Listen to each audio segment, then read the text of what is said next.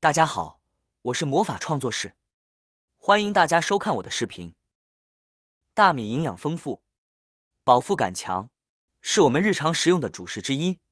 不管是南方还是北方，都很喜欢吃大米，所以一般我们都会多买一些大米，放在家里面囤着，不用每次吃一点，再去买一点这么麻烦。但是家里面的大米储存的时间久了，就会特别的容易生米虫。生了虫的大米不仅影响口感，而且经常吃多了，对我们的身体健康也是有影响的。其实大米里边生米虫是一种很正常的现象，大多都是因为保存不当，或者是保存的时间过长而导致的。今天就来和大家分享几种预防大米生虫，可以把大米储存的很完整的食用方法，一起跟着视频看看我是怎么做的吧。其实不管是米还是面，在空气闷湿的环境下都很容易生虫。那今天呢，我就和大家分享几个存放大米的好方法。按照这几个方法存放大米，大米放上1年也不会变质生虫。那一起来看看我是怎么做的吧。第一种方法，大蒜驱除法。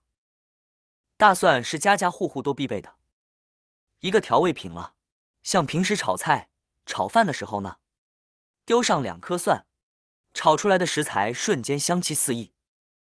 北方的朋友更是一半接一半的生吃。其实大蒜不光好吃，还有着非常棒的作用，就比如用它来驱除米虫。具体怎么操作呢？一起往下看。我们先将大蒜掰成一半一半的，再用刀将其拍一拍，这样更有利于大蒜的气味散发出来。接下来就把大蒜直接插入大米里边，那就可以了。每2分钟米虫就会自动跑光光了。不过这一步操作呢，最好是在室外，不要让米虫满家爬。大蒜可以很好的防止大米里面长虫，是因为大蒜散发出来的气味是米虫非常讨厌的。因为大蒜是一种有刺激性气味的食材，虽然这种气味呢我们很喜欢，但对于米虫来说是很讨厌的。把大蒜埋在大米里面，这些虫子呢就会被大蒜的气味给驱赶了。这种方法适用于米虫非常多的情况，会很快见效。那如果大米里面的米虫不是很多，就偶尔1、2只，我们还可以将大蒜一整头的放进去，这样既可以驱除米虫呢，还能够保存大蒜呢。因为大蒜非常容易发芽，我们把它埋在大米里面，它就没有那么容易发芽了。所以除了这样一半一半的放在里边，我们也可以将买回来的大蒜一整头的放进去。因为大米里面环境比较干燥，可以抑制大蒜发芽哦。到了大蒜容易发芽的季节，大家不妨试试这个方法，一举两得。接下来我们分享第2个方法。花椒家家户户都有，日常做菜的时候经常能用到。但是因为花椒有独特的刺激性的气味，我们可以找一个纸巾，然后把花椒放到纸巾上，用纸巾把花椒包起来，少包一点花椒，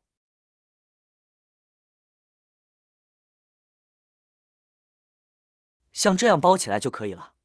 用纸巾包起来以后，一个非常简易的驱虫包就这样做好了。把这个驱虫包直接埋到大米里边，花椒非常独特的刺激性的气味，这些小米虫在大米里边就待不住了，直接自己跑出来了，从而起到一个驱虫的效果。用这个方法非常的简单方便。现在来和大家分享第3个方法。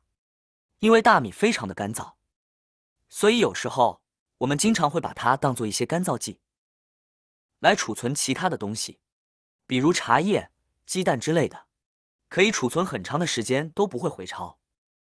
可就是因为这样，大米一般生虫，就是因为里面的温度过高。温度过高的话就会生虫子。这时候我们就可以找来几根筷子，把它插入到大米里边。我们像这样在大米中插上一些筷子，不仅可以起到一个通风的作用，这样里面的温度就会降下来，而且就算有小虫子，里面的小虫子也会顺着这几根筷子直接爬出来，所以也能起到一个驱虫的效果。像用这个方法的话，就比较适合用来储存适量的大米，而且效果非常好哦。第4种方法，就一般而言，大米深处的地方比较容易生虫，大米里边温度越高的地方，越容易生米虫，所以应该把大米放到阴凉通风的地方。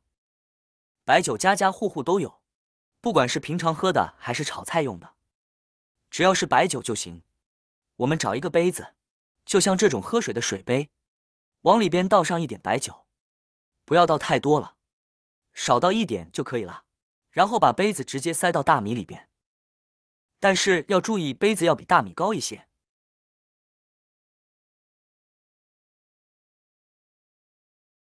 像这样放置以后，用保鲜膜把杯子口给它密封起来。用保鲜膜封好以后，白酒挥发的会慢一些，这样放的时间会久一些。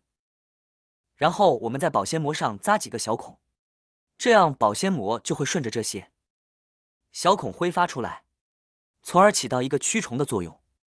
像这样放着的大米也不容易生米虫。第5种方法，用生姜。我们可以在大米里放点生姜，我们只需将生姜暴晒，我们可以将它切成姜片，或者是姜丝等等都可以。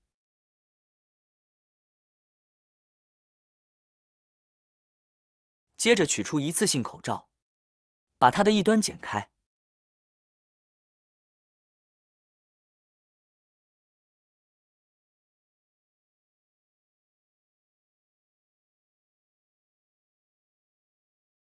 再将一些生姜放进口罩内，不需要放太多。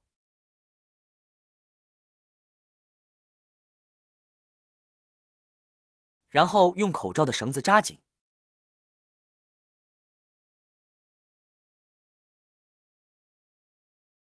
把多余的绳子拔掉，